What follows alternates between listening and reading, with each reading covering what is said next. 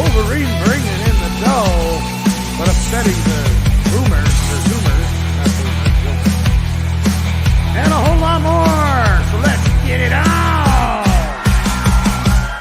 Let's get ready to party. Time for femininity.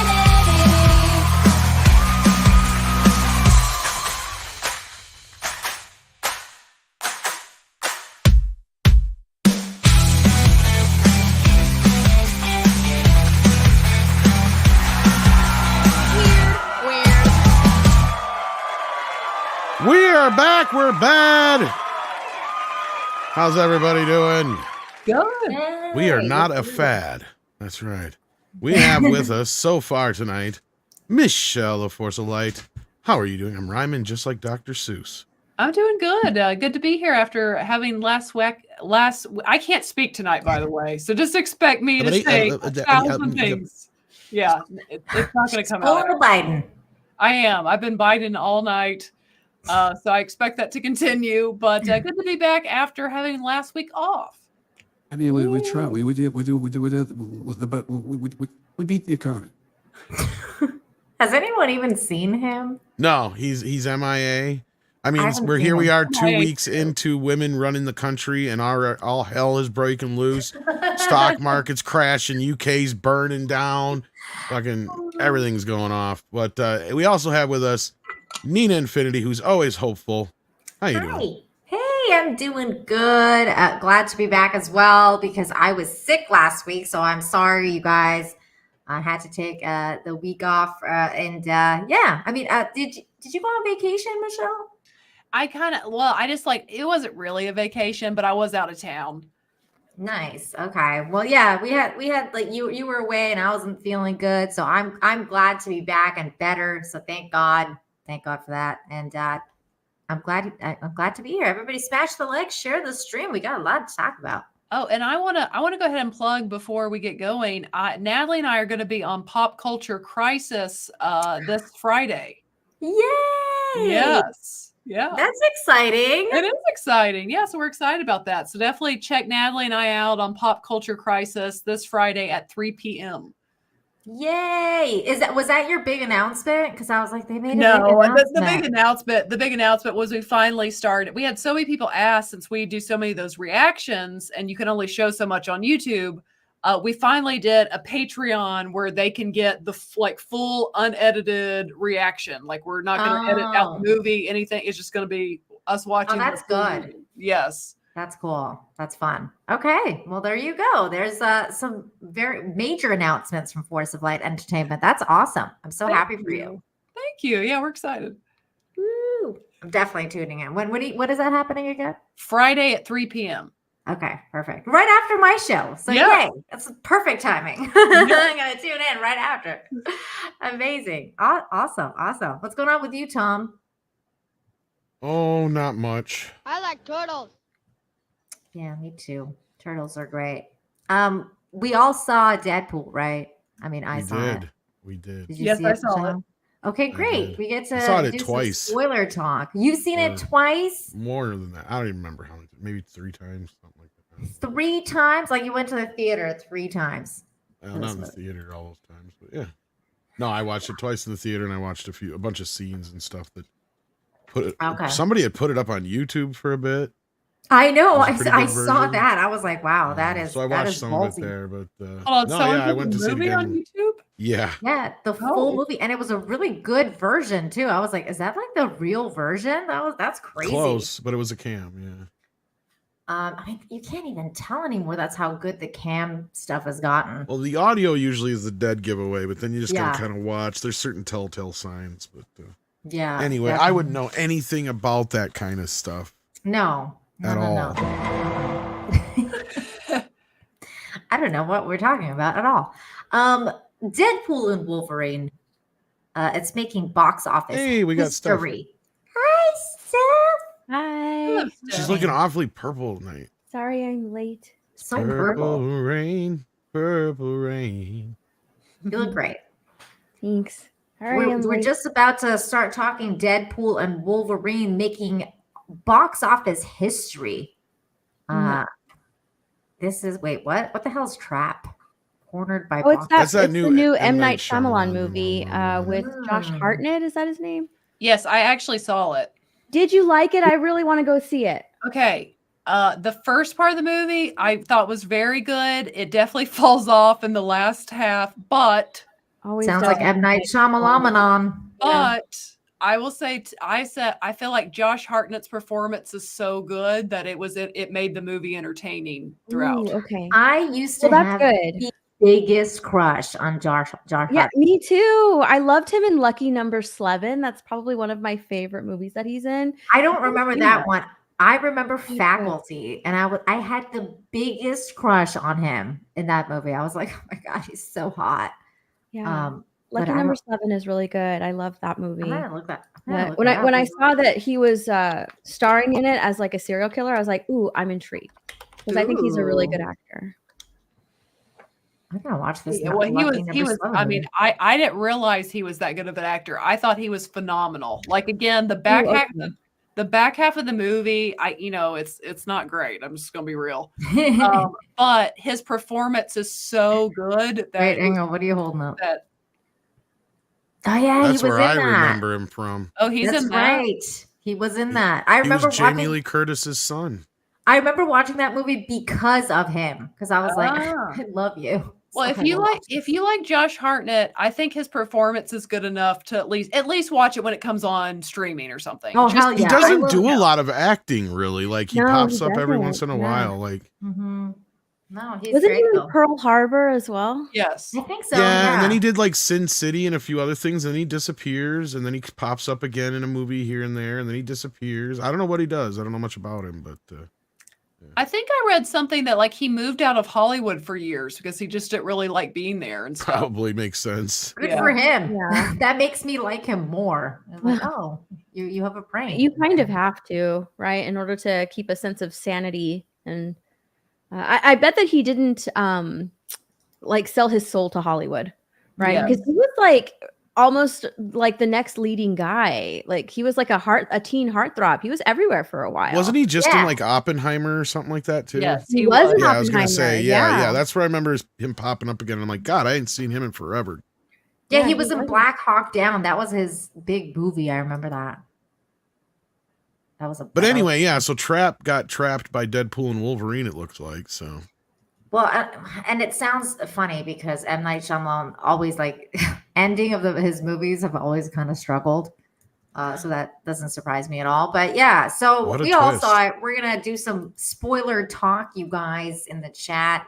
So just be aware that this is going to be spoiler discussion. I haven't talked about it with anyone at all because I was going to do my own review, but then I got sick and I was like, I'll just talk about it on Toxic Fam later.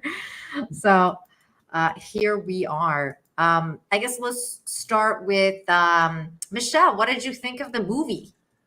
Okay, I was one who, while I found it fairly entertaining, I thought it was kind of a mess of a movie. I was one of those. There's things I very much appreciate. I mean, it was entertaining, like I said, but as far as like a movie, I think it's a mess, quite frankly, as far as its structure and everything in it. And Wow. I'll give you my reasons why. And I know they had a lot to explain, but like I counted 3 exposition dumps. Like just dumping out exposition, and it's just like that is not the sign of a good script, if we're being honest. Mm-hmm. And it's still enjoyable. I mean, I still was entertained. I don't want to get that. It was an entertainingly kind of messy film. Okay, that's fair. What about you, Stephanie? Did you enjoy the movie? I had a lot of fun. With it. I saw it twice. The first time I saw it was on a Thursday, like one of the first opening viewings. And the first time I watched it with the pumped up, hyped up audience, I found it more enjoyable than like the second time when I went and saw it like a few days later. And after watching the first 2 Deadpool movies as well. So like before, I didn't watch the first 2 Deadpool movies before going into 3 because I remembered them fairly well. And then I went back and rewatched them and then watched, the Deadpool 3 again. Everything that I didn't like out of the first viewing, it was more apparent in the second viewing. but I mean, it doesn't ruin the experience. I still thought that it was really, really good. But it did feel kind of like I said this before last night during my stream, but it felt like organic in the first two Deadpool movies, right? Where, you know, Deadpool is the character that he is. Whereas in this movie, it sort of felt like, oh, yay, we're given a pass by mom to like do some things that you hardly ever see in the MCU. We're given a pass by mom to like, you know, do some raunchy things, but they never like take it too far. There's still like a wall there that they can't fully pass. Not according to Gen Z. They couldn't No. really handle the movies. It's still really enjoyable. I liked the cameos, the plot. I don't really like the TVA, all of that, all of like the MCU stuff. I didn't really care for. The cameos were great. By far, Hugh Jackman was like my favorite part of the movie. He's playing a different Wolverine. It's not the Logan that we know. It's a different one, and I think he plays him really well. So, Okay, so Tom, you go, and then I'm gonna tell my opinion. Okay, well, I kind of had the opposite reaction Steph did, right? Because I the first time I saw it, I hadn't seen the movies in a while. I enjoyed it quite a bit. I felt like there maybe was some issues I was having with it, but overall, I thought, okay, it's not too bad. Then I saw it again after seeing the first two, and I liked it even more and I disliked the second one even more. For all the reasons Steph said she had problems with the third one, I have those same problems with the second one. Second one, to me, everything feels so forced in it that my opinion of it went down since the last time I watched it. And then watching this one, it went up. And I feel like some people are just overcomplicating some of it. Yes, there is some problems here and there with certain elements, but overall, I feel like it is one of the better Marvel films we've had in a while. I think the tonally, it's closer to the first film, to where the second film had a very cynical kind of feel to it and forced feel to it. I just didn't care for it as much. And I can give you a lot of different reasons why, but we're talking about the third film now. But yeah, no, I enjoyed it even more on the second viewing, and I don't know if it's going to be, I think the issues the movie might have in the future will be that it is kind of so meta. I mean, because the whole movie is predicated on the fact that Disney killed Fox, right? And that's why the void exists and all that kind of stuff. So it is kind of a broad idea for some of the general audience to maybe kind of grasp, and some of the jokes I'm sure went, especially my second viewing, I noticed, where I saw it in a smaller town, where I noticed a lot of the meta jokes that didn't get a lot of reaction, but other jokes did just fine. So it'll be interesting to see. I mean, it's doing well. It's not having any problem at the box office so far. I think you can totally tell like the difference between the two audiences that I sat with, right? The people that like bought their tickets way ahead in advance, and like they were hyped when they saw all of the different characters. They laughed at all of like the meta jokes. Like they were clearly on. They had the inside track, right? Like especially like with Channing Tatum playing Gambit, like they laughed when he was like, "Are you sure you kind of wanted them to, but it never really happened?" Like that got a really big laugh from the theater, and like they were just erupting in like applause when they saw, you know, Blade, Elektra, all of the cameos. They were just like they were a hit in the theater. So like, but in this my second viewing, the crowd was very like just very tame. So it was very tame. There were some laughs, but it wasn't like a lot of laughs like like in the first viewing. And I think that like watching it with the energetic crowd made the viewing a lot better for me. But like I, even watching it like the second time, I still had fun with the movie. I still liked the movie. I could just like sort of feel that like Ryan Reynolds still loves these characters and has appreciation for all of these characters, and he took very good care of these characters within the confines of, you know, Disney Marvel that they gave him. Like that's how it really felt. For me, I have a mix of all of your I'm a mix of all of your reviews. But basically, I also really felt like it was a bit of a mess. Like I was just like for a while, like while I was sitting there watching the movie, I was like, okay, when's the story happening? Because I was like, yes, where's the story? And then they kept beating each other up, and I was like, okay, like this is fun, and yeah, okay, they can't die, but like, okay, like where's the story? Like I'm still waiting. And so, and like I was watching it with my husband, and my husband hasn't seen any of the MCU stuff, but he's really familiar with the X-Men stuff. So he was enjoying all the cameos and he was enjoying all the stuff, but all the MCU stuff, like he didn't really understand. So he was like, what the fuck is the TVA? Like he was like, he didn't get any of that. And he was like, what the hell is that shit? And then he started laughing and he was just kind of like, even in Deadpool, they have like freaking boss woman, like, because the TVA woman was like that, you know, the black woman or whatever, right? So he was like kind of laughing. He's like, even in Deadpool, they can't get away from this woke shit. And I was trying to explain to him that like that was actually a big problem, was the TVA and Loki and like all of these are actual big problems in the MCU. And so I think I was just half expecting Deadpool to kind of do a snap of a finger, like Thanos. I wasn't expecting that. And just get rid of all this shit. Like I was Yeah. just kind of like, I was expecting him to be do something. Like I was like, the TVA needs to go. Like all the stuff needs to go. Nobody likes this shit. Nobody likes this like at MCU phase 4 or 5, whatever the fuck it is. Nobody gives a shit about it. Everybody likes all the other stuff, but nobody likes any of the Disney things. And so in a way, it felt a little bit gaslit in the movie in the end, because I was like, okay, so the entire movie, they're like, oh, we fucked up. Fox was better. The MCU's kind of shit. They're not doing really good. Blah, blah, blah. Kevin Feige this, Kevin Feige that, blah, blah, blah. It was just so meta. They kept talking about it. There was even like, I feel like there was YouTube references are like, we know you don't like this, but we're going to do this instead. And then in the end, I was just kind of thinking to myself, like, okay, are they going to make it so that, are they going to go that meta to be like, you know, we're going to fix it. Like, we're going to actually fix it. And then they didn't. They were like, oh, we're just going to keep going though, guys. Like, this is it. Like, and then the next thing that's coming out from the MCU is what? Freaking Agatha. Like, so we're going to go from Deadpool to Agatha, and we're just going to keep going to this disgusting MCU phase that nobody cares about. Well, I didn't expect them to like, you know, snap it out of existence. Like I wasn't expecting a complete shift and, you know, a Marvel reset. In no way. That's what Secret Wars is going to be for. Let's be real. I wasn't expecting that with this movie, simply because Marvel, Kevin Feige, like Hollywood, they are incredibly egotistical and refuse to accept fault that the stuff that they put out is crap, right? Because they live in their own little bubble and they think that, you know, we are preaching the right things, we are sending the right messages, we're, you know, putting all of this inclusivity, and we're doing the right thing. They will not accept fault. So in no way did I ever think that they were going to reset the Marvel, the MCU with this movie. Like I did not expect that.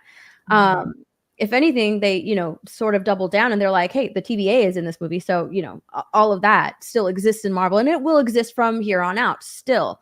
And the TVA is probably like the weakest point in the movie. I actually went, you know, like you, Nina, I went with like a friend of mine, and they didn't watch anything on Disney Plus Marvel. They only watched the movies, and they did not know what the TVA was. They were so confused when the movie was over. They're like, what is that? Like when he was brought through the door and he was fighting all this, who are they? What is the TVA? I had to explain to him what it was and why it was such a, my husband was the same way. He's like, what?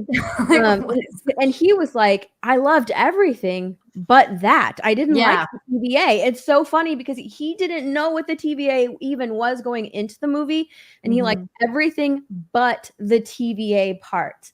And I had to agree with him because I was like, that makes no sense to have two villains in a movie. One is a TVA worker who his motivations is that he's impatient.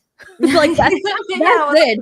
It's impatience. He's Disney. He is a Disney executive. Yeah. That's what Paradox is basically standing in for. And I get where you're coming from, but like the other villain is basically just a pawn in that game until she's no longer a pawn in that game.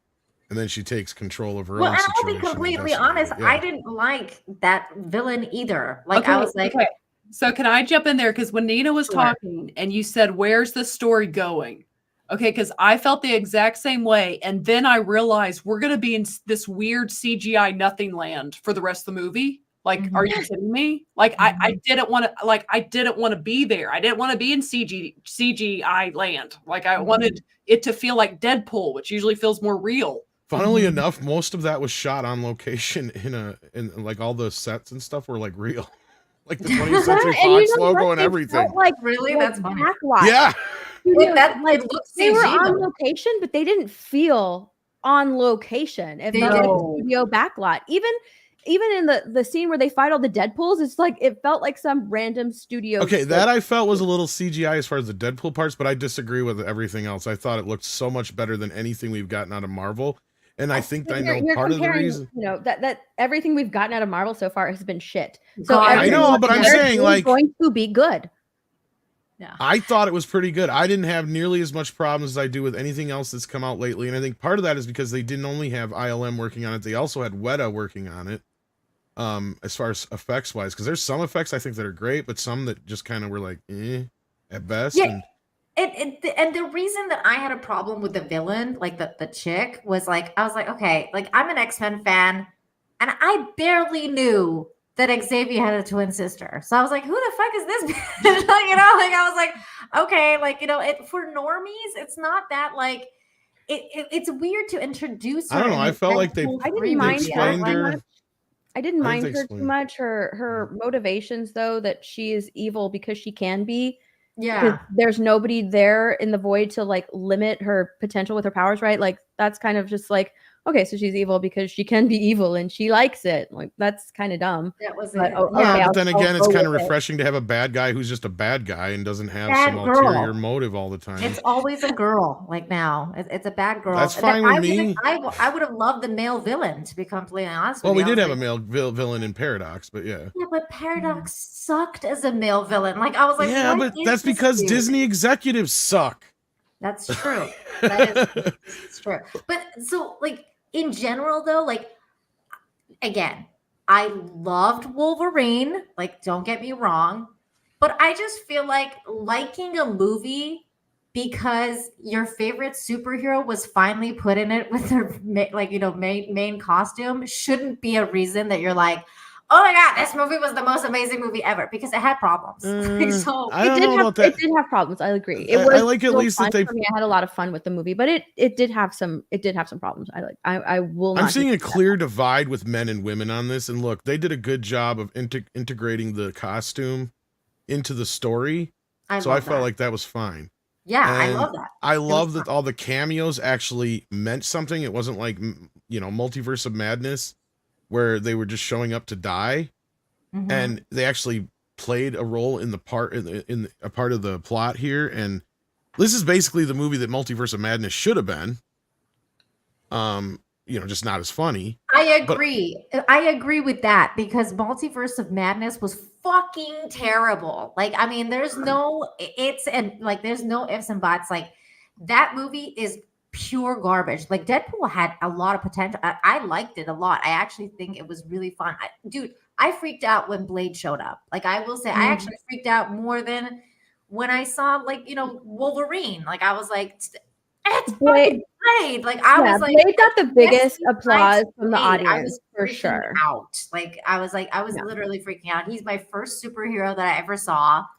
They hit that with me. Like, I was like, oh my god, it's Wesley Snipes Blade. And then they made the joke that he's only going to be the Blade, and that's why I was just like, are they like seriously talking to YouTubers right now? Like, because it's like they're like, he's gonna be the only Blade. It's like, it's almost as if they're saying we're canceling that other fucking Blade. Like, that's just, it's being Tom, how many times has it been announced that it's getting delayed, it's getting rewritten?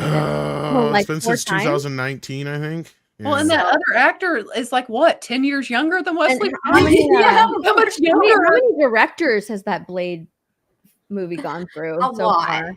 Well, and Yeah. I heard rumors that even Marasha Ali has been able to finally walk away from it. So I don't know what's true yet or not. But after this last couple weeks with the reaction that this movie has gotten, if they haven't shown up at Wesley's doorstep with a bag Well, of you know what's cash, funny is that Ryan Reynolds actually said retweet. Did you see Ryan Reynolds' tweet today about No. Blade About No. Blade, yes, I'm gonna pull and it up about right Gambit? now. He put out another tweet seen like one 5 about hours ago Gambit. about Gambit as well. I Practically saw I didn't that see as the one well. about We're gonna Blade. pull that up. We're gonna talk about that. Okay, here's the because one about Blade. It's Okay. beautiful. This is the Blade one right here. There is no Fox, Marvel Universe, or MCU without Blade. First creating a market. He's He's Marvel's daddy. Please retweet for Logan. Send off.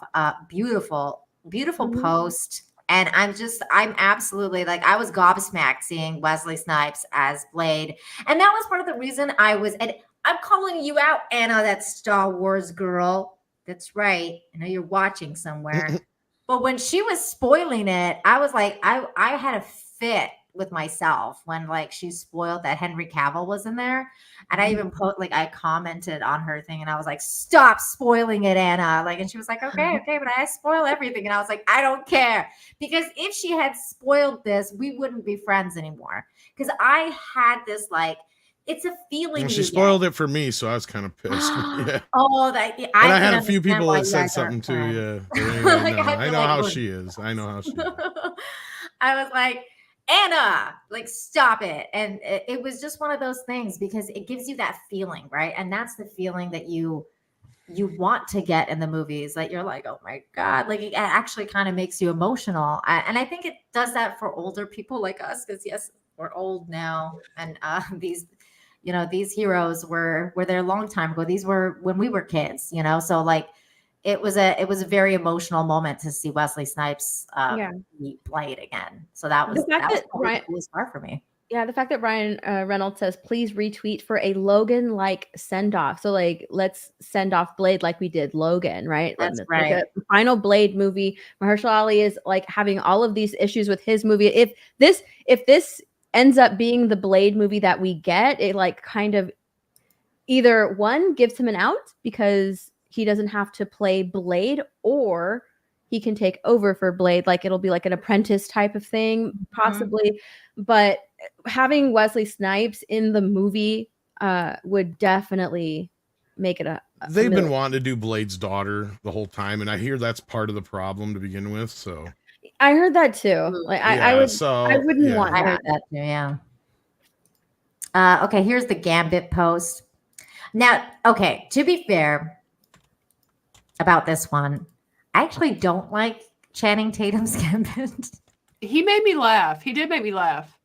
I loved everything.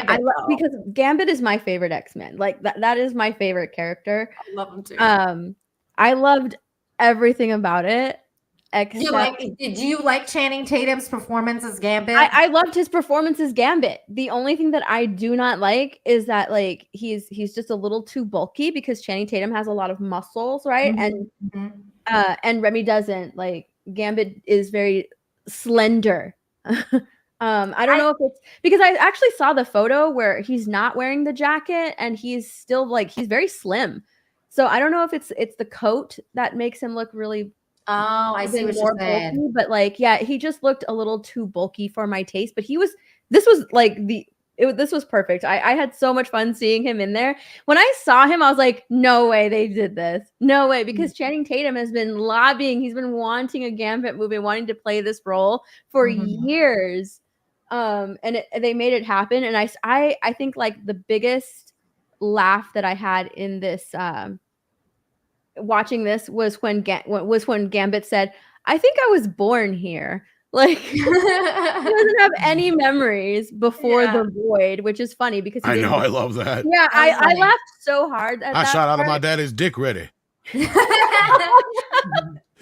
you guys see that somebody actually posted some of the translations of his what he's saying? Yeah, because sometimes you can understand him, but other times you can't. And I mean, I got to imagine they're hamming it up. I didn't think his southern accent was very good. Actually, some of people from the Bayou said it's really good, but like, really, I get, because he did try really hard. I got to imagine if in the real film he probably wouldn't have been so thick. But I guess some of the time, some of the things he's saying is like, I don't know why you can't understand what I'm saying, Mr. Pooh. You wrote these words. If you can't understand me, then maybe you should have got subtitles or something like that. Was another thing that he says. Subtitles. So Ryan said Gambit is a guy Chan was born to Channing Tatum was born to play. His story is similar to mine in that he spent decades trying to put the most comic accurate version of Gambit on the big screen. Remy LeBeau is grafted to his soul and needs to come out and deal. Aw, I love that. And Gambit found his author in Chan. He's one of the coolest, smartest characters in comics. That's very true. And still largely unexplored. I want more. And from what I saw in theaters, you do too. having the chance to say goodbye to some of these heroes is as important as having new characters to root for. This is so true. That's how I felt about Snipes being there. And rooting for Gambit is easy. Rooting for Chan is even easier. He's one of the greatest, hardest working, kindest people in the entire industry. I couldn't be more thrilled to see Channing Tatum pull Gambit from the dead and bring him to life in the perfect time and the perfect way. I actually really love this kind of stuff that Ryan's doing. I think this is bringing even more hype to this movie. And it's really cool. There was another post I think he made about Cavill and how like I don't know if he made the post, but there was like all these there was like somebody's post that said like basically when the moment that Ryan hit up Cavill about being what do they call them, the Wolverine, The cavalry. and he was like yes, like immediately he was just like yep, I'm doing that. Do you have the picture for that, Steph? If you can pull up the Wolverine, that was pretty cool. There's a rumor going around that there's an offer out to him to play the Wolverine in a future Yeah, I heard that. X-Men film, but What was it's that, Michelle? very large. Yeah. I said he would be a good replacement, in my opinion. Like he's kind of got that look, and I mean, to me, He does, and now he's not Superman anymore, so he might as well. Like I wouldn't mind seeing him again, but at the same time, I don't want to see him in the MCU. Like I'm like, it's not going to be Deadpool. It's going to be the MCU. Terrible. Well, his asking price is supposed to be huge, so I love his. which is also what Scoutmaster Kevin said. I love his caption here because this is from Henry Cavill's Instagram. He said, "To be safe, I shaved the mustache off for this one. Just the mustache." I love that. I love that. I love how everybody in this movie really had a good sense of humor. Like that's one of the things I really enjoyed about And it. maybe that's why I can overlook some of the minor flaws, because a lot of them are very minor, especially in my second viewing, because there were certain things that I didn't quite like the first time that I caught better this time, because I didn't like how Vanessa was treated in the story the first time, or how she treated, Wade. But then I had a seeing huge it the problem. second time, I realized it wasn't her. It was him that broke up with her, and it was all in his head. So I had it's a like, huge problem that they made them split up in this movie, that they're no longer together. I didn't like it at first because I thought she did broke up not with like him. But now watching it the second time, I realized he did it, and it was all in his head. I He don't feels think like that he's not living up to what he's I supposed don't think to be. that was even necessary. Like, I why agree. split them up? At first, I Especially felt for that all way, they but went after the through in second first time, two- the first two movies, everything they went through in the first two movies, the first movie, I feel like them keeping them apart is so tired. The first movie, he left because he had cancer. He didn't want her to go through that with him, and he saves her, right? The second movie, she dies, so he goes through all of that, or she dies, so he goes through all of that, so she doesn't die, so now they're together. In this movie, now they're broken up, so he has to save the world so she doesn't die. Actually, none And of that there's stuff he did in the second potential- movie was to get her Like, back. That was at the potential for them to end. get back together because he's like, hi. I think it was ridiculous that they split them up. I didn't like that at all. Yeah, I wasn't a fan of that either. There was a lot to like about the movie, and it was fun. It was just, I don't know. Well, like I it said, felt after weird. seeing it the second time, I disagree a bit, because the first time I didn't like it. Second time I seen it for what it really was. It was all Wade doing it. He broke up with her because he didn't feel like he was living up to what a superhero should be. That was what that whole Avengers thing was about in the beginning. And I caught a line the second time I didn't catch the first time, where they basically addressed that's where he had been acting funny ever since he got, he didn't get the job with the Avengers, right? That's when he decided to hang up his costume, and that's when he had changed and all that kind of stuff. And so that's kind of where I understood that's what had happened. And it was basically like I was mixing it up with Cassandra getting in his head too the first time. And then I realized the second time it's just Cassandra getting in his head this time. It was just kind of like, because it happened so quickly. But no, I understand how, because I didn't like it how they did it in the second film. That pissed me off even more. It made me more mad that you went through all the shit that you went through in the first film just to fucking kill her.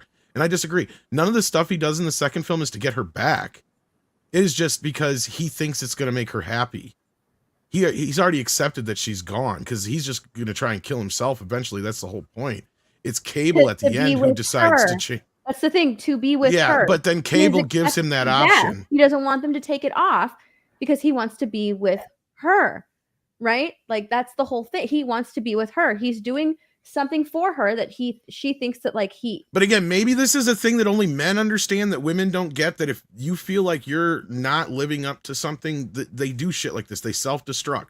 And that's what I realized that happened, is that's what Deadpool did, is he self-destructed when he got turned down from the Avengers, and that got between him and her. And he felt like he needed this to be able to be with her. And she basically was saying, no, I just want to be with you, is all she was saying the whole time.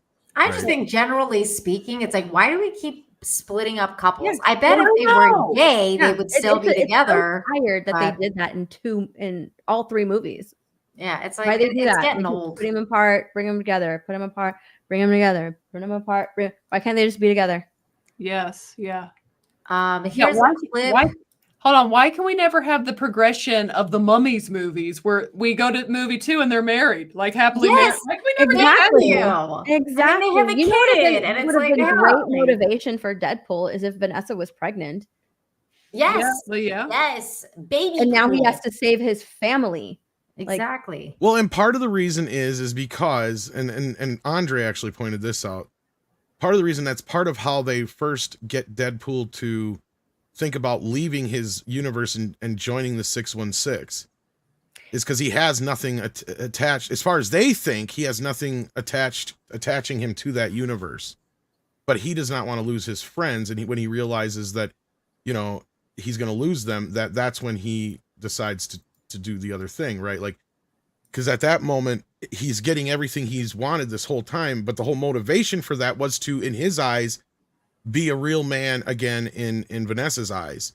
So then it kind of defeats the purpose if he's going to be an Avenger and she isn't there, I right? think that's kind of So that's the dumb, whole though. thing at the Like, end too, where he knows that Wolverine has to exist or their world's going to go bye-bye. So he knows that him sacrificing himself is the only way to save his friends, right? Regardless of how it turns out. Like, that's the whole point. Even if he's not going to be there, he'd rather Vanessa and his friends be alive, right? Like, that's kind of the whole point of that. But I get where you guys are coming from to a point, and I didn't like it the first Completely time out, disagree. but What I did we mean- think of Elektra in the movie? I liked her coming. I liked all the cameos. The cameos were fun. I really wasn't expecting her to be in it. I wasn't either. That was funny. Here she is training for the Elektra moment. She put in some work. Yeah. I like it. I like when people, get ready, do the work. isn't it I'm kind of like, one of the first big things she's done in a while? I mean, I don't know what she's been up to. so. She's been doing some stuff, I think, on Netflix, hasn't She she? did- But she yeah, has. this is the biggest one. She really moved to doing more like family-oriented content years ago. She did. It's true. I'm going but to say yeah. something. I'm going to say something about Jennifer Gardner. Oftentimes we pick out like cases where like a man married a woman that ruined them. I feel like she picked a man who kind of, I know. I feel it's the other way around here. Like I feel agree. good for him. Yeah. I think he was a terrible choice for A her. terrible choice for her. She's way too good of a person for him. And that's why he's still fucked up and he's about to get another divorce. So that's what's going on with that. Look at that. She's learning to do the knife thing. Yeah. That's freaking awesome. Good for her. I'm I really cringing like because that. you said knife thing. Knife, the the knife. knife twirl. That's a What is sigh. that? It's a sigh. A little knife. This is a sigh.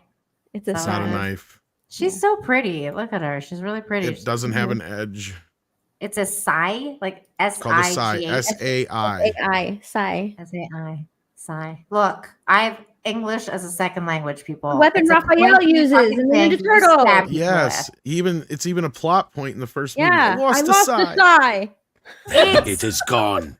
it's a pointy get it back. thing I that can you get it back. stab people with. Enough. It's a knife. You call that a knife? This is a knife.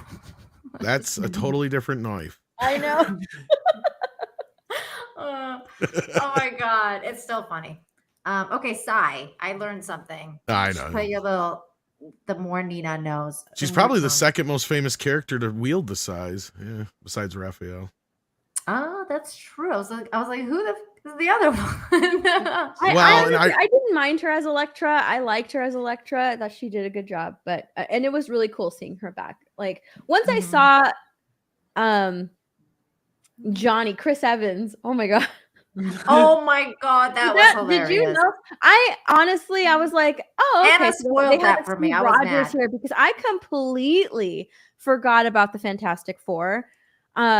Like when I saw him, I was like, oh, okay, because he had like the blue, you could kind of see it. I was like, okay, so maybe he's just playing a variant of Steve Rogers. Like, which one is it? And then he said Flame On, and my mind just exploded. I was like, oh my god, duh. What was I thinking? Steve Rogers? No, it's Johnny Storm. Oh, yeah. Oh my god, Anna Anna ruined that for me too, and I was so freaking mad. I was like, damn it, Anna. How did you get all this ruined? It was on Twitter. She was sharing posted a bunch of crap Twitter, on and I was Twitter. like, what? Every time I would scroll, and it's like, here's another spoiler. Here's another spoiler, and I'm like, damn it, Anna. I was really mad. Well, and maybe the reason I also had a better experience with the second time around is I saw it with a friend who had not gotten any spoilers, barely seen any trailers, doesn't follow a lot of the stuff we do. I mean, I gave him kind of the 411 going into it, as far as like who Kevin Feige was and a few things like that, the Fox acquisition, stuff like that. I knew that they'd probably have to be up to snuff on or speed on to kind of understand the meta humor. But other than that, they didn't have they enjoyed it quite a bit. They didn't have any problem following it, they said. And seeing a lot of the cameo surprises through their eyes was fun, because I unfortunately had a lot of stuff spoiled on me too. So I didn't get the fun of the whole, Chris Evans cameo and stuff like that. Yeah. The person I was with even said after the movie, like, I totally forgot Chris Evans played Johnny My Storm. husband So it played out perfectly for them. Though. My husband hated the death. He was like, what the fuck? He's like, I thought it was hilarious. He took a point of that. He took a point away. He was like, I would have given it a 7 out of 10. But that Chris Evans death, 6 out of 10. I'm taking a point away. I was like, damn, like he got mad at that. I don't know. He was just like, at least it was better than what happened to Reed in Multiverse of Madness. I mean, he shows up for 10 seconds just to get turned into fucking Twizzlers. Yeah, that was terrible. But he was so pissed though. He was that like, there, that reaction is why Deadpool calls him the superhero equivalent to comfort food. What I love better is, did you ladies stay for the scene after the credits? Yes. Yeah. Because that ties into the Chris Evans scene. Yes. I read an article yesterday that they offered him cue cards for that. And he's like, no. I rarely get to say stuff like this in movies. I'm gonna memorize that shit. You could tell he had it memorized. He's just flying. Oh, here's the clip I was going to show earlier. Speaking of like having cue cards. Well, it's not really cue cards, but it's suck on my cinnamon in the star while percolating. What I do. You got it. Go ahead. I'm the best there is at what I do, but what I do isn't very nice. Kind of an innovator. I think that's fake. They're such a good team. That's one of the reasons this movie is so fun, is because they're such a good team and they have such good banter. None of them seems themselves fake. Yeah, none of them seems fake. None of them. It all seemed really. What? Got nothing to say now, mouth? That's what I'm saying. Like, Hugh Jackman was now. my favorite part of this movie, because he's playing a different Wolverine, like a completely different. It is kind of the most comic accurate Wolverine we've ever gotten, really. In a lot of ways. I think that like the way he plays him, the lines that they give him, and the way he delivers those lines are just like incredible. Like I was just captivated by Hugh Jackman playing this. Yeah. Well, he almost made me tear up when he's like, God forbid they actually knew, thought I wanted to be around or anything like that, or however he put it, when he's talking about, talking to Laura at that scene alone is probably. Yeah, that was really good. By the way, she was great in it too. I really like that they brought her in. I half expected there to be like an inside joke, because she's got her own little like her own HBO show that's like about like multiple dimensions, and I half expected like Deadpool to like just bring like Pan in for a second, which is like her animal companion, and then she'll be like, what the fuck are you doing here, kind of thing. Like that I thought that would have been kind of funny. Speaking of animal companions, we forgot to talk about the angel that is Dogpool. Dogpool. So great. Mary Poppins. Mary my Poppins. That was Yes. great. That was so fucking great. Oh, I want to be her papa. Here's How the dare thing, you let though. this little angel out of your sight? Was the tongue CGI? No, No. no. Like a lot of those ugly dogs that are sort of mixed like that will have the tongues out because they lose their teeth. Oh my Do we got any God. pictures of her at the premiere? Let me see here. We I played a loved video. I love last Dog time. Pool.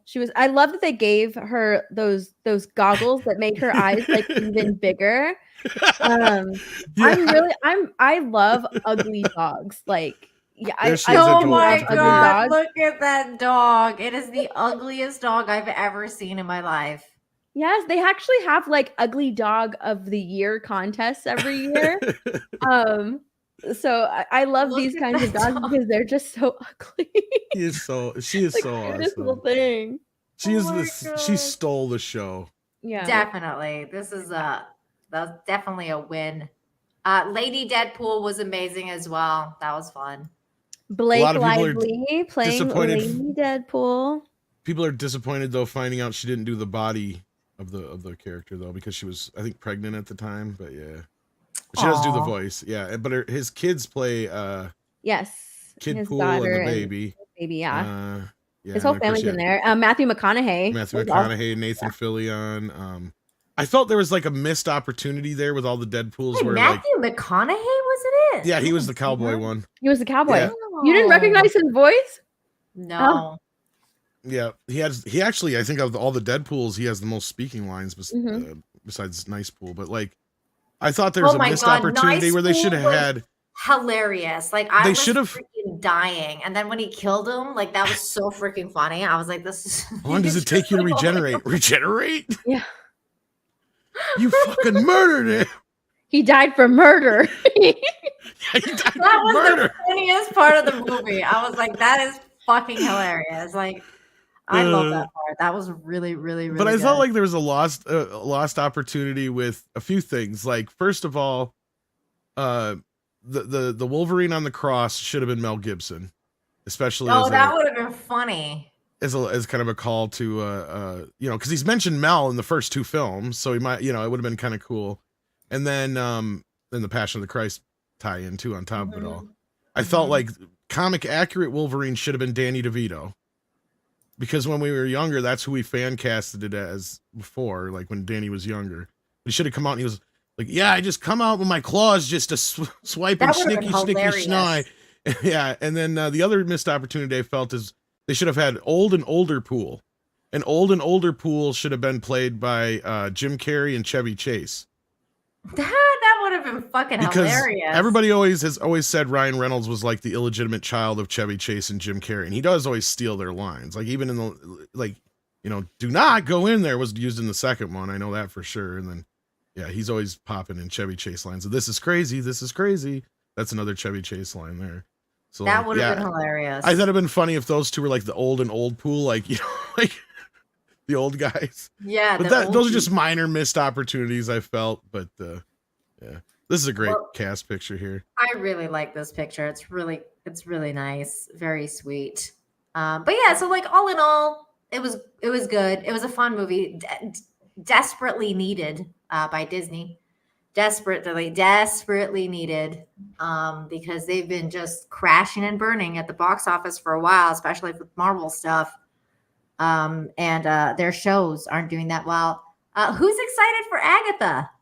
You know what? I think I'm going to review it. Crickets. Okay, so you're gonna watch it. It's one person. It was Agatha all along. Spoilers. Spoiler alert.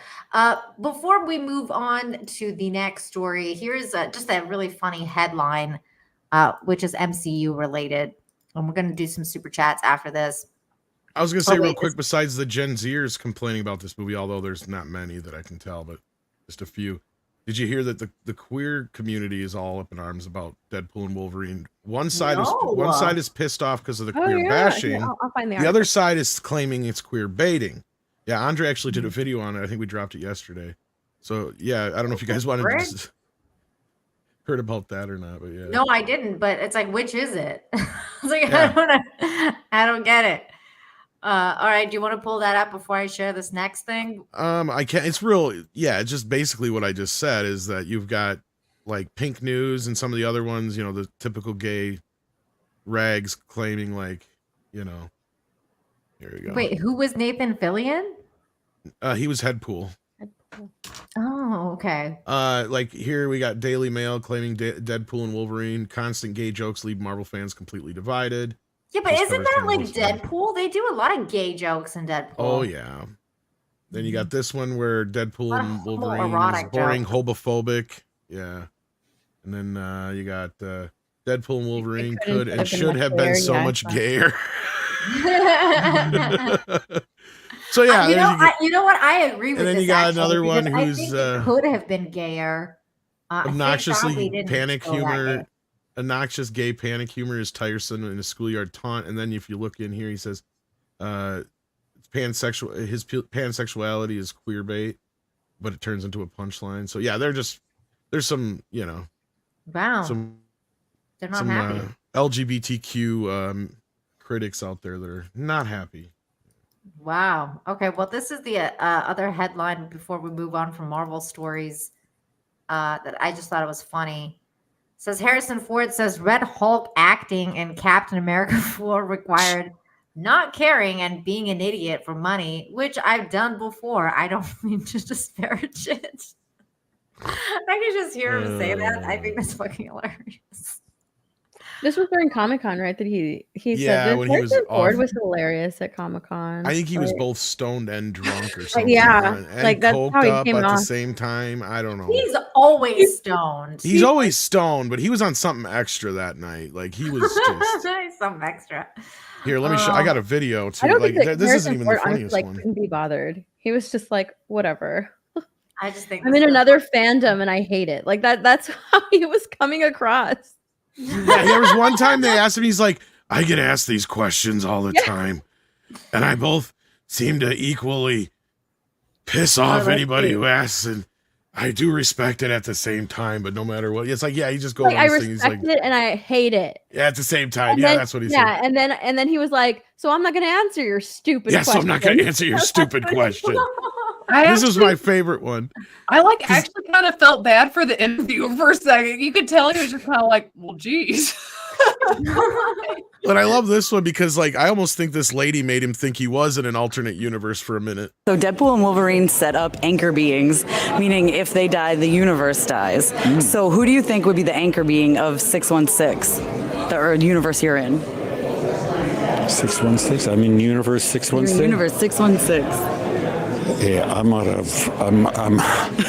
of my orbit. Perfect. He's just Oh my like, I love God, that are he's like, you "Do you expect me to know an Is answer to that? question?" Dude, that is the Like- stupidest question you could ever ask. the poor guy though, for a half a second, he's like, wait a minute, I'm in an alternate universe or something like that. That makes you wonder when he says I'm out of my orbit. Does he mean that like I don't understand the question, or I'm literally out of my orbit? Like I don't know what planet I'm on anymore. Oh my God. I think it's both, Tom. I know, I'm just Like, joking, it's but like, still. you know. Get security. Get this guy out of here. Ask that question to someone who's been in multiple Marvel movies, not Harrison Ford. Exactly. Like, has he exactly. really watched any of the I Marvel think that movies they to start know to ask him the these questions on 616 universe and what anchor I- beings are. He's just like, The the hell? fuck are you I talking think about? Steph, I think they're asking him these questions on purpose now. oh my Right, god. because like To he's get the that new William reaction. Shatner in a way, like because Shatner used to get those kind of questions all the time Yeah. too, and eventually, after he did the skit where he's like, get a life, they quit asking him so many stupid Yeah. questions like that. But it's come to a point where like they do that to Harrison all the time now because they expect a reaction out of him like that, and like things like he did on Conan O'Brien and all that stuff don't help either. Did you guys ever see that? Like when he's yelling at Chewbacca. Oh, that's Yeah, kind of. It was a skit, but it was. that's cool. Yeah, it's just like Yeah. he's done this stuff before. It's like to egg it on. So So we had a couple of super chats. Let's get Yeah. these, and then we'll move Yeah, on let's to the get into next them. We got a few of story. those. ActionCom for $2 says, "Have you seen Alien Monday?" no, I have not. I have not, or heard about it. What is that? I have no idea. And then inverse I believe opinion. it's a fan film for Alien, if I'm not mistaken. That he's Oh. it's an anime. That's what it is. Yeah. Oh, okay. But I believe it's fan made, if I'm not mistaken. Very cool. Inverse Opinion gifted 5 memberships to the chat. Thank you so much. And so did Psychotic Mongoose. And so did Jay. Well, Psychotic Mongoose gave 1 membership. Thank you. And Jay gave 5 memberships to the chat. Thank you so much for that. And then Michelle, you want to get this one? Yes, thank you, Hamilton Burger, for the $2 super chat. Support Lit Div's Indiegogo campaign closing tonight. Literature Devils. Literature awesome. Devils Indiegogo campaign. Yep. Yeah, definitely. Awesome. Go Thank you, and Hamilton support. Burger. Yeah, I brought up Alien Monday, and this is our trailer I got. So Peggy, That's funny. aka Dogpool, It's Deadpool. AKA Mary Poppins, aka Mary AKA Poppins. Dogpool. Get a good look. Her nipples are the size of children's fingers. She won Ugliest Dog in Britain, but we're not telling her that because she is a 10 in our hearts, isn't she? And that tongue, by the way, is real. This dog went through more training than Hugh Jackman did in the gym every single morning. My husband was And we saying it love her was fake. very, He's like, very that's a much. CGI tongue. No, he said it's real. Yeah, it's real. Oh God! When he was making out with the dog, I was like, no, no, like, ugh.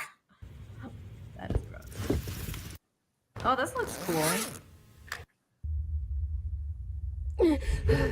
Alien Monday, anime horror. This looks cool. I'll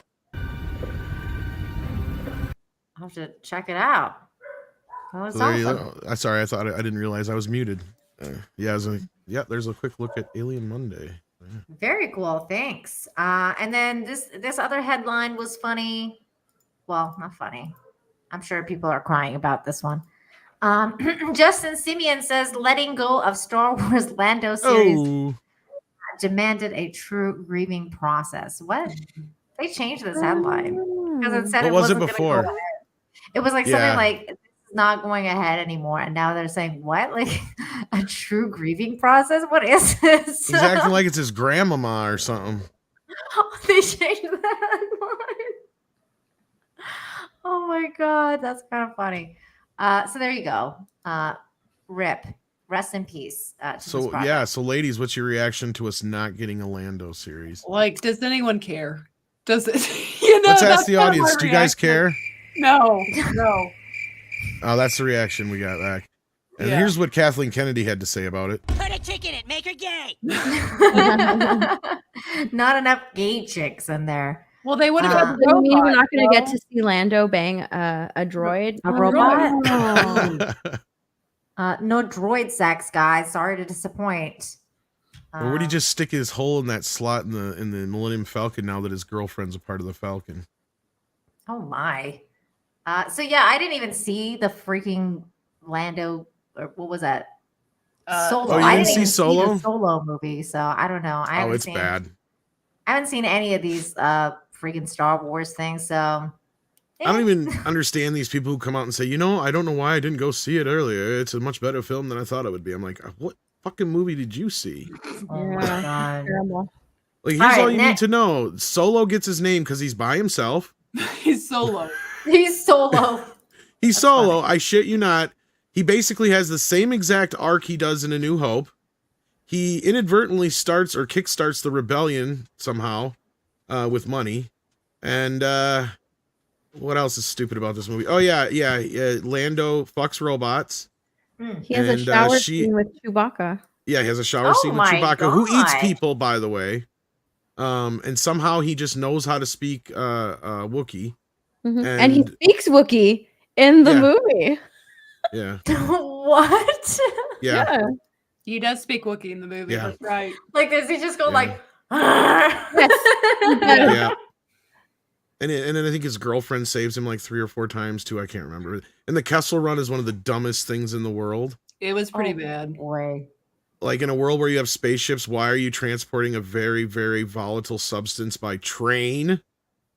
Like, I wonder what I said in Wookiee hell? right now.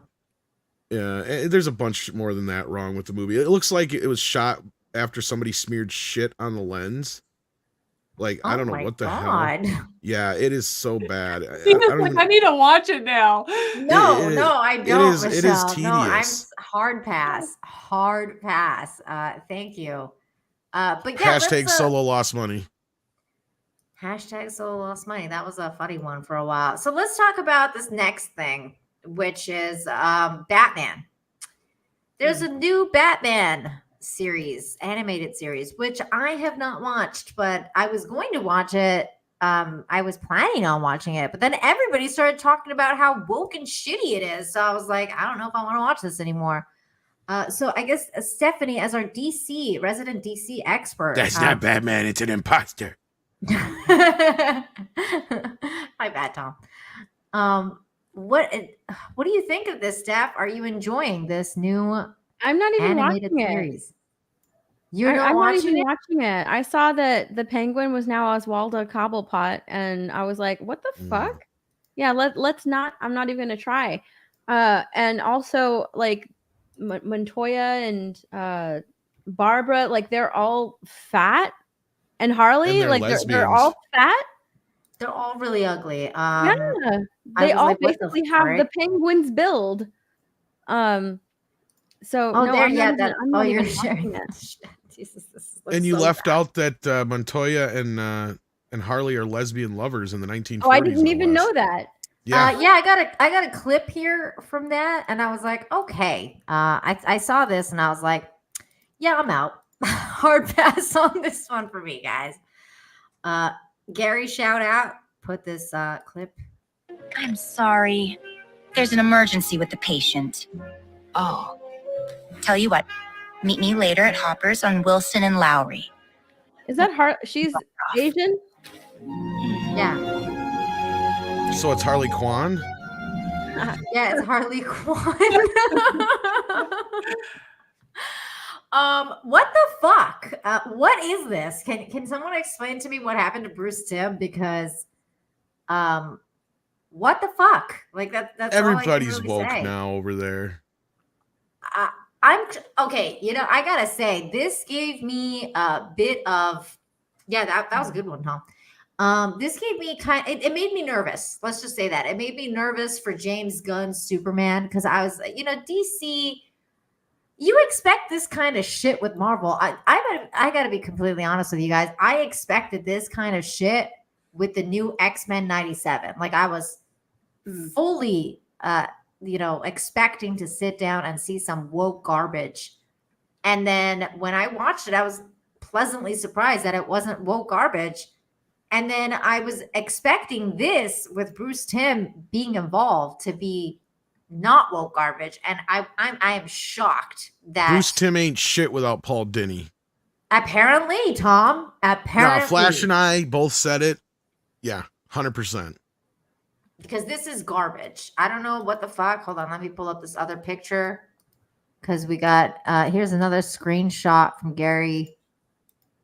Well, and Paul Dini's a guy who was working in animation for years and stuff way before the animated series too. Like he wrote for like He-Man and a bunch of other stuff. So I think Real Ghostbusters, if I'm not mistaken.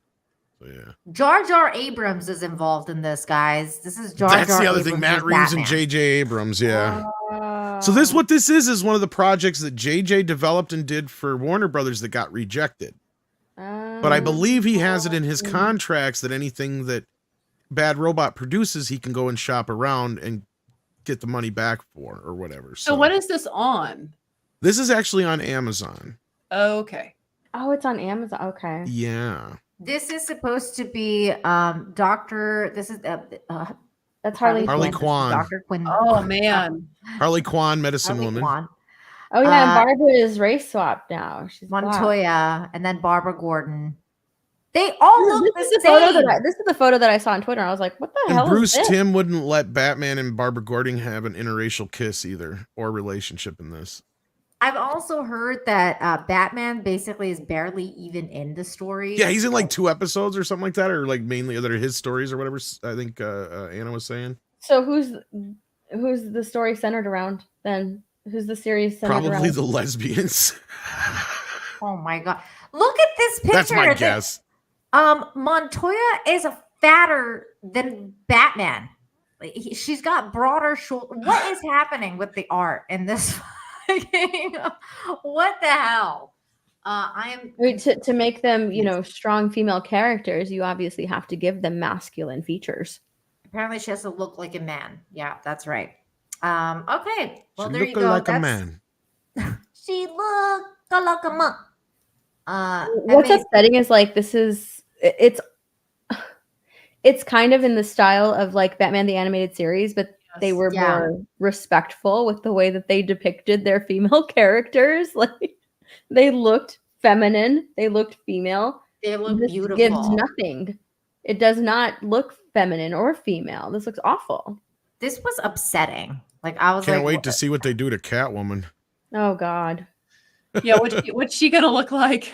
Lord. oh my god. Apparently, More like Cat Anna Lady. said, I haven't seen the picture for her, but Anna said that she looked okay when I was watching the Jack Oh show. wow, she got out mostly unharmed. Yeah, I didn't see it. Can we pull up a picture? Let me see. Can we I'm gonna see? Let look me see her if up. I can find it. Yeah, see if Catwoman. one of y'all can find it. Yeah. What is What it? is What is this thing called again? Batman what? Caped Crusader. Caped Crusader. Let's see.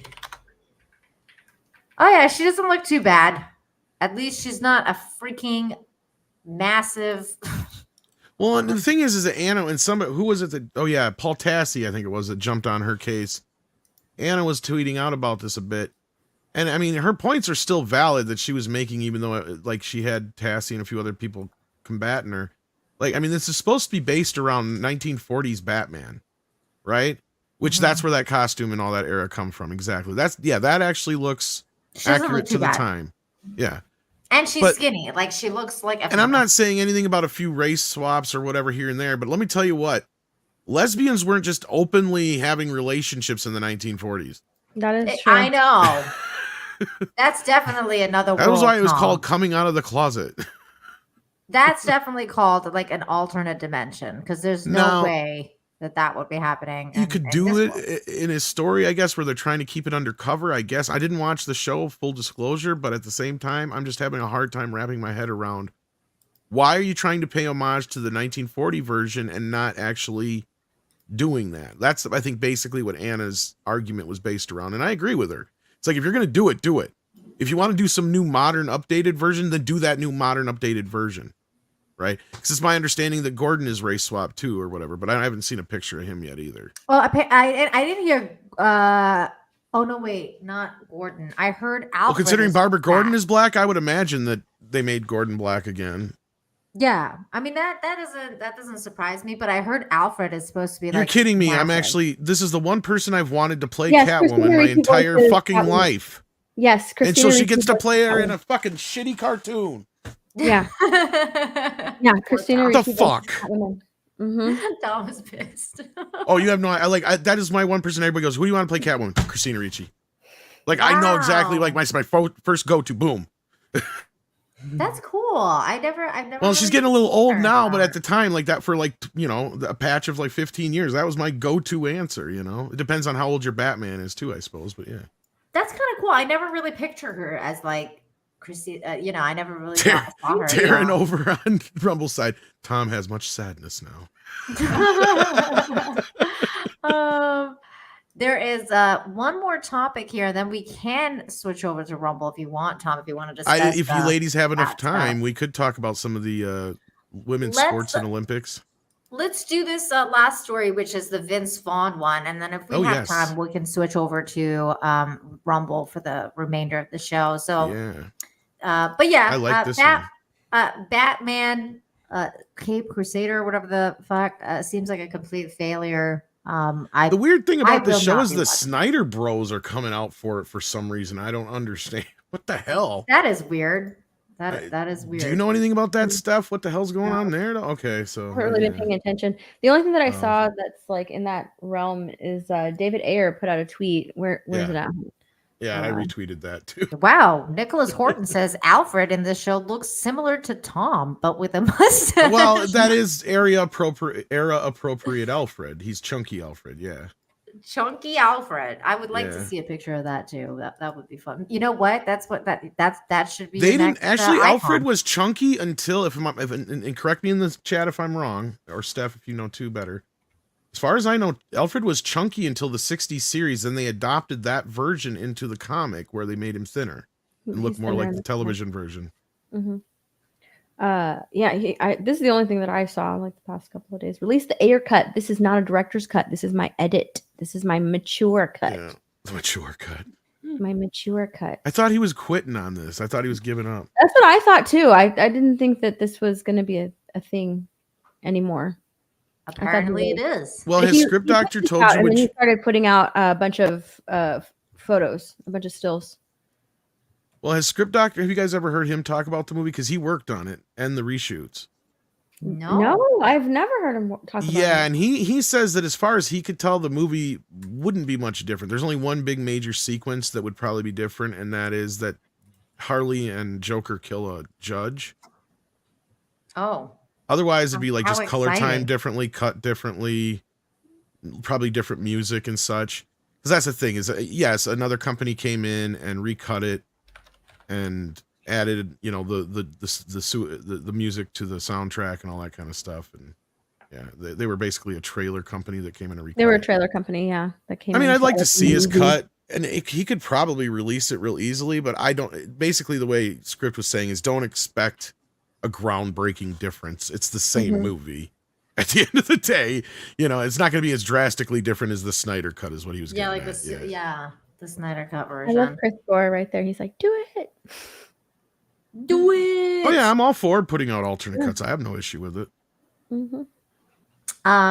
Well, the next topic, and before I guess we do that, thank you, Jesus de Villa, for the $10 rose. Appreciate you. Thank So you so sweet. much. And the next That was actually for topic is- Dogpool, I think. Oh, I'm just kidding. I don't know. Vince Vaughn had some comments. Says Vince Vaughn says R-rated comedies aren't made anymore because the people in charge don't want to get fired. They overthink it. This interview was done on Hot Ones, the show where you I did share the actual The show, video. it's the show with hotter guests. I got it pulled up Even hotter here. wings. Oh, you do? Okay. Let's watch the video and then we can talk about it. Here we go. Thank you, Tom, for doing this. There we go. Hollywood. Well, it's definitely a hot topic. Making the kinds of R-rated, wide-release theatrical comedies that were such a tower of strength in your career.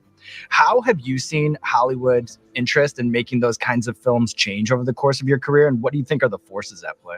Well, they just overthink it, and it's like it's crazy. You get these rules. It's like if you did geometry and you said 87 degrees was a right angle, then all your answers are messed up instead of 90 degrees. So there became some idea or concept, like they would say something like you have to have an IP. Right. So for some reason, Battleship, which is like a game we used to play like a graph, became a vehicle for storytelling. Do you know what I mean? Like, Yeah, I know, It's so 100% what you weird. mean, yeah. Whereas like an IP like John Hughes from our neck of the woods, right? Mm-hmm. An IP was a girl's turning 16. Like every girl turns 16. Or I'm going to cut school.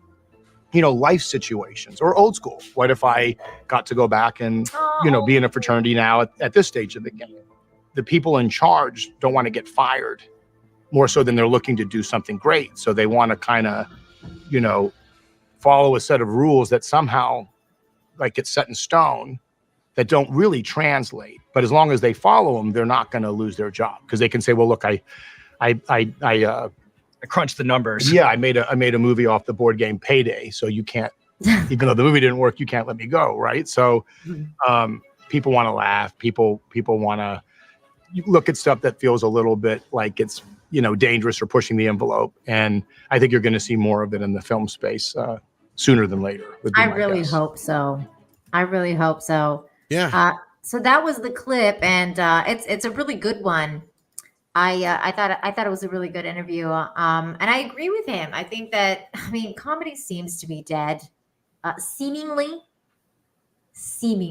Well, it goes then you beyond get- comedy too. Sorry, go ahead and finish. No, go ahead. Well, I was gonna say the thing that he's talking about there is basically what I'm trying to say when everybody asks about like Alex Kurtzman and certain of these other producers and why it is they don't get fired. Is this exact thing that he's talking about right here? Is because no longer are they taking chances on anything. They come in with a set IP And if something goes wrong, then they say, well, you can't blame me because I did X, Y, and Z. Yeah, I did what you told me to.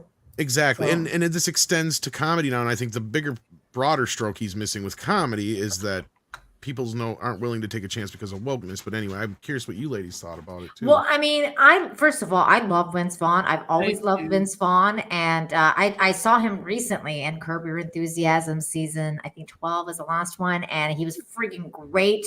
There was a Disney episode that he was in, and it was freaking fantastic. And they were making fun of this like woman that worked for Disney, and then it turned out she worked for the Disney store. And it was so funny. I just absolutely love Curb, and I love Vince Vaughn, and the fact that he was in it was great. And the other thing is that it really does feel like comedy is dying, but at the same time, you get like these some things will peak out. Like they'll be like, okay, comedy's still alive. Like, for example, the Joe Rogan special, which just dropped on Netflix. I was like, man, this is great. I couldn't stop laughing at the whole time. So Vaughn is right in a sense that like it is going to make a comeback because people are sick and tired of the boring ass shit. Same reason Deadpool is doing well, because Deadpool was funny and people like to make fun of stupid shit and just laugh. It doesn't have to like, not everything has to be so serious. But also, Tom, you're right in a sense of like this IP business, right? Like this whole situation with like we've got to attach whatever it is to an IP so that we can be successful, because nothing is selling anymore. That's not working anymore. I just feel like everything, most of the time, it's very, very rare that you get a Cobra Kai out of an IP where it's revived or whatever, and you get like this amazing thing. It's usually they're totally fucking it up. But what did you ladies think? Michelle, what did you think of those comments? Yeah, well, I agree. And I was just sitting here thinking, like, why can't they do like, I mean, we get all these indie films that kind of go, or indie films. They're not really with big studios. Why can't you get like a comedy that's at like that level, like that amount of money? Like, why can't someone just take a chance and roll the dice on a comedy that you don't have a lot of money in? Like, yeah, I don't get that. Like, why not? Like, They just really want to make their money back, but they keep losing the money anyway with all these shitty movies. Well, and my point is a good comedy, and I think Tom and Andre have kind of hit on this on different times. You can make a good comedy for like a cheap price. Like, it doesn't have to be expensive. I mean, look at Holy Grail, Monty Python. I mean, they barely had any money. They worked the fact that it's cheap into the film. No, yeah, you guys are right. And I think the part of the problem is, first of all, the answer to that question is pretty simple, actually. They've killed the movie star, right? Yeah. Comedies were built on high concepts, and Paul and I had a great discussion about it this morning. And what you would have then is you would insert your actor into that high concept, right?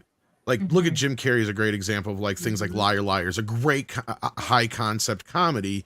And then what you did is you built it on the idea that you have this actor, Jim Carrey, so people wanted to go see that, right? That's a perfect marriage of an idea, and that's where Deadpool and Wolverine works, right? Because we get the odd couple buddy cop comedy duo like you would in like a cop movie or whatever. And that's basically what they did. They're not reinventing the wheel. No. Right?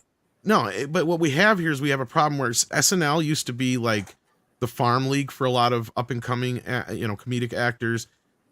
The way that the old comedy circuit used to run doesn't run anymore the way it used to. It used to be like, you'd start and stand up and then you'd work your way up to writing for television or something like that. And then you'd work your way up to a television show eventually. And then eventually you'd work your way into movies and stuff like that.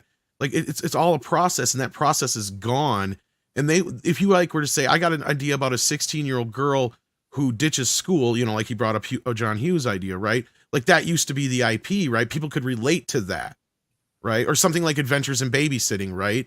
The idea that this babysitter gets stranded in the city while she's babysitting these kids and has to try and get home. That's the concept. You just insert and plug the comedic elements from there, and we want to see what happens, right? They don't do that anymore. Unless you're coming in saying, well, it's about 16-year-olds and it's Scooby-Doo, and they're like, okay, well, then now I get it, because it's Scooby-Doo and they can sell it. You know what I mean? That's the thing, is they want an IP to sell it on. And comedies traditionally, they can become IPs, but there's not many comedy IPs out there that don't it's usually built around the actor themselves, whether it's like a Jim Carrey, like I said, A Chevy new great Chase, or- one was yeah, yeah. Bad Boys. Bad Boys 4, I thought was Well, great. which is sad because the original film came out in 1994. Yeah, I know. It's a long time ago. But the new one was great. You mentioned Scooby Doo, Or and what 95, comes I'm to sorry. you mentioned Scooby Doo. What comes to mind is Velma, right? A lot of people were asking, Right. why on earth is this called Velma if these aren't the characters from Scooby Doo? Right. You know, and that's just one example of many of, you know, Hollywood wanting, Hollywood coming in, you know, we have an idea, but it needs to be attached to an IP. So instead of you, Mindy Kaling, just making this character you, right? Because that's pretty much what that character Yep. is. That's what it Let's felt like just to me, make her too, yeah. Velma, and we'll just make this a Scooby-Doo show without Scooby-Doo. We'll just, you know, call it Velma. But the whole interview is really good. It's on the First We Feast channel. I really love Sean Evans and all of the questions that he asks the celebrities that come on. They go like really in depth with a lot of the questions that it's surprising to some of the celebrities because they're like, oh my gosh, who does your research? Like these questions are so out of pocket. I've never been asked this before. I love Hot Ones. I watched it all the time. I actually watched this full interview with Vince Vaughn, and it was such a great interview, and he was such a great guest on this show. He like answered all of these questions with complete, from what it looked like very honestly. But I mean, we saw another good interview was also Jake Gyllenhaal. He also spoke about Hollywood. I think his interview was like a long time ago though, but he gave a really good interview on Hot Ones and spoke about Hollywood as well. But it's not new, right? I think like Ricky Gervais talked about this years ago, how Hollywood is just only coming out with prequels and sequels, and you know, this predates the woke stuff. You're right. Yeah, This is the problem before the woke. It's been happening for a really long time. We're just now hearing like people in Hollywood actually speak on it because they're artists at their core, right? They have they're actors, and there's no point in coming in and just playing who you are, right? Because like now you can't even voice an actor without looking like the part, right? These actors aren't, these actors aren't being fucking ridiculous. Given any leeway to actually perform, right? Unless it's attached to an IP. And a lot of times they can't really attach themselves to projects because it's like, okay, well, this kind of seems boring. It's one of those things. What is her name? Oh my gosh, the dude. Oh God, what is her name from give us a clue, Stephanie. Yeah, we need a clue. That Quiet movie with oh my God. Oh, Quiet Place? The Quiet Place? That the girl from A Quiet Place. Emily Blunt. Yeah, Emily Blunt, yes. She was like, I will pass on scripts that are like attached to IP. Like she passes on scripts because there's really nothing there. There's no depth. Like where's the talent? She said no, I think it was it was her or the other girl, the Ant-Man girl. I forget what it's at. What's her name? Evangeline Lilly. I think it was Evangeline Lilly. No, it was definitely Emily Blunt that said like she'll pass on scripts. No, it was Emily Blunt. It was Emily Blunt. Yeah. Okay. She said that she rolls her eyes when she sees strong female character. Strong female character. Like, that's right. Like that. It's just like there's no challenge there. It's completely generic. It's completely like there's nothing there. This is it's been a problem, and I think that all of these actors are now kind of talking about it because like there's really there's nothing there. There's no substance. There's nothing to work on to improve their craft. There's nothing like really breakout, right? You can't have this breakout scene if there's nothing original. And Stephanie, so much of that been a problem for a really, really, really long time, and it's now just becoming noticeable to like normal public because it's like, wait, why are we getting this again? Wait, why is there a new Twisters movie? Does that need to happen? And all of these movies, all of these shows and movies, they're not performing well, right? So it's like, well, what else are we supposed to do? He's 100% right. They can't have anything unless it's attached to an IP. But Hollywood thinks that it's like I said earlier, like they're just in this bubble. They just want to make these projects, preach what they need to preach into these projects, and not take any accountability if they fail. It's not our fault. It's the fans' fault. They had a built-in IP with a built-in audience. The fans just didn't show up. There's no accountability there. Yeah, they're all racist and shit. And the problem too is like, for example, you brought up Velma with Mindy Kaling, and I think one of the biggest issues too is like the fact that a lot of these people, like Vince Vaughn, excluded from this because we all know he's pretty based, but a lot of these people are actually part of the, like, they're infected with the woke mind virus. Like they're literally, like, Mindy Kaling is a perfect example of somebody who's completely diseased with this and this woke mind virus, because her career started at as one of the funniest people from The Office. That's how she became famous. She was a writer on that show. She became super famous from that.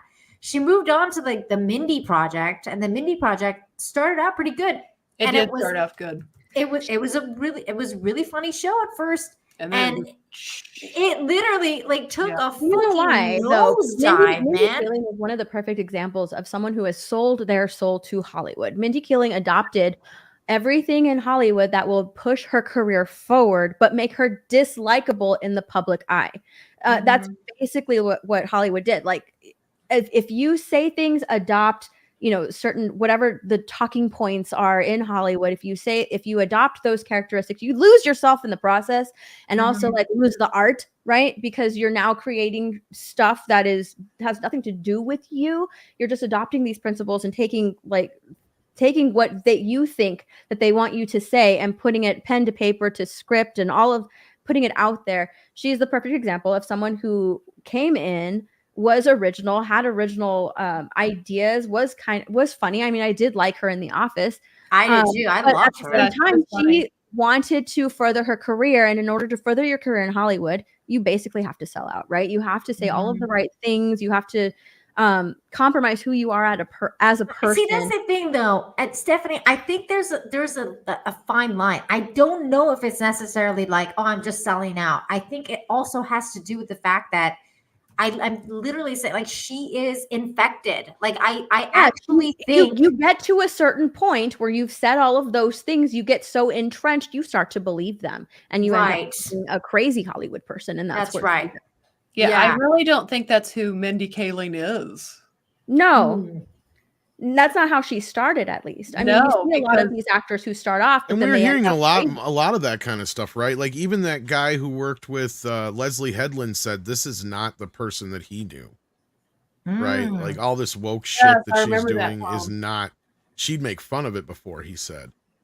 Like, so at the end of the day, like, yeah, you guys are right, but even the woke stuff is only so far of an excuse, and the IP is so far an excuse. There's still things you can do within the realm of comedy. I think that part of it is just that Hollywood doesn't want to take those chances. Yeah. The other big part of it they don't want to take the risk of offending people. Well, there's that's that. the thing. They don't want to offend people. I mean, Deadpool is a good example. People loved it. The movie is doing excellent at the box office. People are falling in love and getting nostalgia from all of these different cameos, and they're loving it. But people are still offended by it. Well, there was a slow death of comedy way before all this, because what Hollywood was doing was no longer making movies for the American market, but for the world. And what happened was comedy, unlike every other genre, doesn't translate well, because otherwise comedy is a lot like horror, right? You can pretty much spend next to nothing on it, and your audience is generally pretty loyal, especially if they get to know your brand of comedy, much like horror, right? Like people trust a certain brand of Blumhouse or A24 or whatever kind of horror. They're there. They always show up. In fact, true. Even The Quiet If Place, you have the like one you just Adam brought up. Sandler, like if you have a Gilmore production, But a lot of people are those showing guys up. now, what they've done is gone to Netflix. Yep. See, that's the thing. Because Netflix, on the other hand, they're still in the way of making movies that Hollywood used to. It's like, okay, you're Adam Sandler, okay, you're Eddie Murphy, okay, you're Martin Lawrence, okay, you're whoever. Correct. We'll give you whatever movie you want to do, And whether it's Beverly Hills Cop 4 or I something say on else. that, I feel that's problematic, because I feel like the comedy was actually better under the studios, because I think they did have the pressure of the studio notes and things like that, where with Adam Sandler, I've enjoyed some of his Netflix things, okay, but I don't. Bingo. You're never going to get as good as it probably could be if he had some supervision. I agree wholeheartedly, because you know what, Michelle? That's 100% accurate, because they don't hold the same kind of test screenings and stuff. Yes. Or they don't change things the same way that the Hollywood studio would had they got certain notes. they'll edit around it and they'll do certain things, but they won't go to the extent, right? Or they'll just figure out how to you market it a certain way. Because I had talked to somebody who saw Beverly Hills Cop 4 a year before it even came out, and pretty much the movie was the same from what he said. He goes, so that tells me that test screening had nothing to do with them changing anything in the movie. It just had to do with how they were going to actually sell the film, because once we saw the first trailer, what did they do? They hid his daughter. You hardly even saw, you didn't even know she existed until like the second or third trailer or whatever it was, because she tested the poorest. And again, they didn't change anything really. They just changed how they were going to advertise it, probably. That's all. So Netflix doesn't have to show these things. They just kind of hide them. But I know I don't know if we got much time to get into the other topic. Well, that's up to you ladies, because I know you guys are on a limited schedule. But yeah, I can tell you how I feel in one sentence without offending YouTube. Men should not hit women. yeah, no shit. Yeah, men shouldn't be But I hitting mean, we can women get at all. we can get really deep into it if we want to, real quick, and head over to Rumble if you guys want to. Sure. Yeah, we can. Yeah. So yeah, all right. So everybody in the chat, we're gonna head over to Rumble right now, because we're gonna talk about some spicy Olympic stuff real quick before we lose everybody here. So head on over. There's the link in the chat. I just threw it in there, and Ladies and gentlemen, let's get ready to rumble! and I'm gonna let you do it because I always screw it up. Oh, I'm doing it. Okay, hold Please, on. because I Hold on, forgot how let's to see. do We it. got I YouTube. accidentally deleted the whole stream last time. Hold Oh on. no. Can I tell everyone really quick before we head over, in case some of them don't, Sure. that tomorrow our first time watching reaction comes out of Back to the Future 3, but Ooh. Thursday our first time watching reaction of Blazing Saddles comes out. So Oh, I've never seen that. Oh, I need some popcorn. You've never seen the And movie? Friday they're going to Pop Culture Crisis, Yeah. so make sure you check that out. Lots going on for Force of Light. Stephanie, do you want to plug anything on YouTube before we go over? Yeah, just subscribe to my YouTube channel. Subscribe. Yeah, People are everybody migrating subscribe. now, but yes, please do. We will see y'all next time on YouTube. Thank you, everybody, We're for heading over watching to Rumble over quick. here. Definitely come over to Rumble. Let's get spicy. Bye-bye.